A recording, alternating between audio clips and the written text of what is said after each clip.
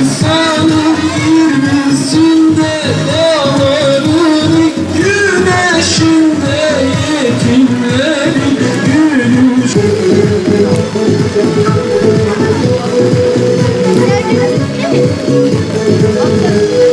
Doymadım alem salaya, kısa sürdü nazlı bahar. Sensiz kalamıyorum bir çare sende ya Muhammed.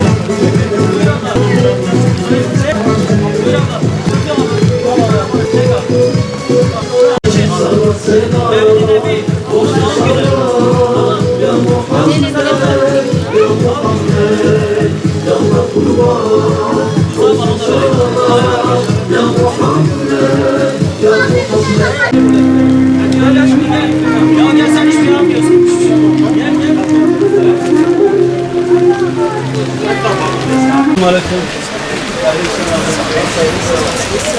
Yarın mevlüt etkinliğimiz var. İnşallah müsaade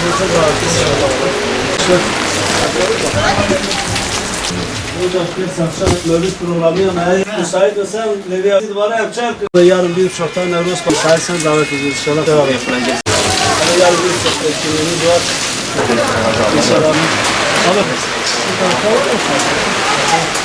Tabii. Selamun aleyküm. Kolay gelsin işler abi. Sağ olun. Abi yarın bir etkinliğimiz var. Hayırlısı inşallah.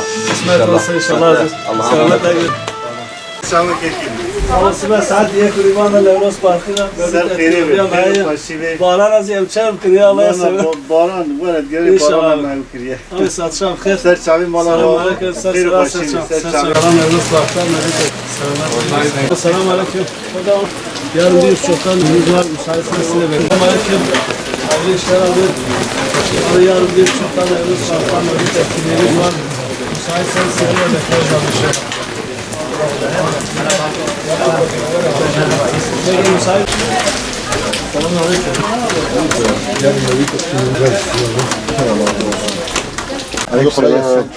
Yarın mevlüt etkinliğimiz var. İnşallah. İnşallah. Allah'a emanet olun. Aleykümselam. Kolay gelsin. Yarın mevlüt etkinliğimiz vardır. Allah razı olsun. Allah'a emanet olun. Allah razı olsun.